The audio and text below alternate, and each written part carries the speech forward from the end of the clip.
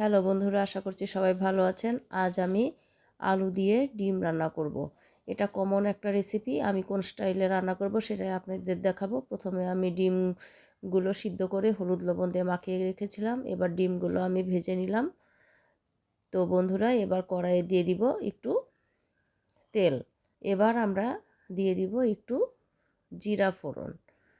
এবার আলুগুলো দিয়ে দিব, সামান্য একটু লবণ আর একটু হলুদ দিয়ে আমরা চুলা ছোট করে আস্তে আস্তে আলুগুলো ভালো করে ভেজে নিব। আমি একটা আলু 4 পিস করে কেটে নিয়েছি। তো বন্ধুরা, আমার আলু ভাজা হয়ে গিয়েছে। এবার দিয়ে দিব মশলা।